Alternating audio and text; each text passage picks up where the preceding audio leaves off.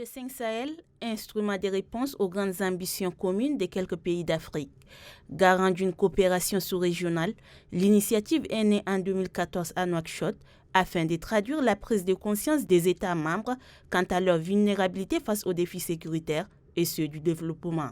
La création du G5 Sahel découle de la volonté politique des 5 pays afin d'interagir.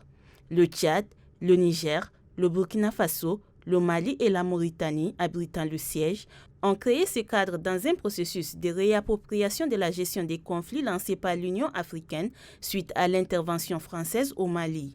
Cette coopération sous-régionale intervient comme une réponse au processus d'amélioration de la sécurité et du développement dans cette vaste région semi-désertique où ont essaimé les groupes djihadistes. Le G5 Sahel a aussi pour mission d'allier le développement et la sécurité, soutenu par la démocratie et la bonne gouvernance dans un cadre de coopération régionale et internationale mutuellement bénéfique et surtout permettant d'améliorer les conditions de vie des populations.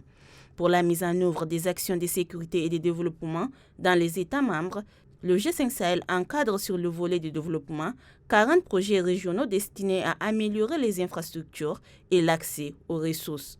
En matière de sécurité, est lancée en 2017 la force conjointe du G5 Sahel suite à l'adoption à l'unanimité de la résolution 2359 en juin 2017 par le Conseil de sécurité des Nations Unies.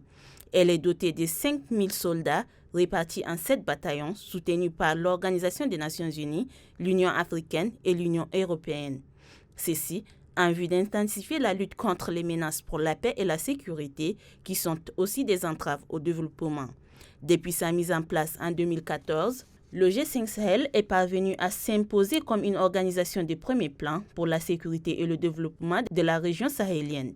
Pour une meilleure coordination, le G5 s'est réuni en session ordinaire une fois par an et peut se réunir en session extraordinaire sur convocation du président de la conférence ou à la demande d'un ou plusieurs chefs d'État chaque fois qu'il y a besoin. D'où la tenue prochaine du 6e sommet extraordinaire des chefs d'État et de gouvernement qui se tiendra ici en N'Djamena.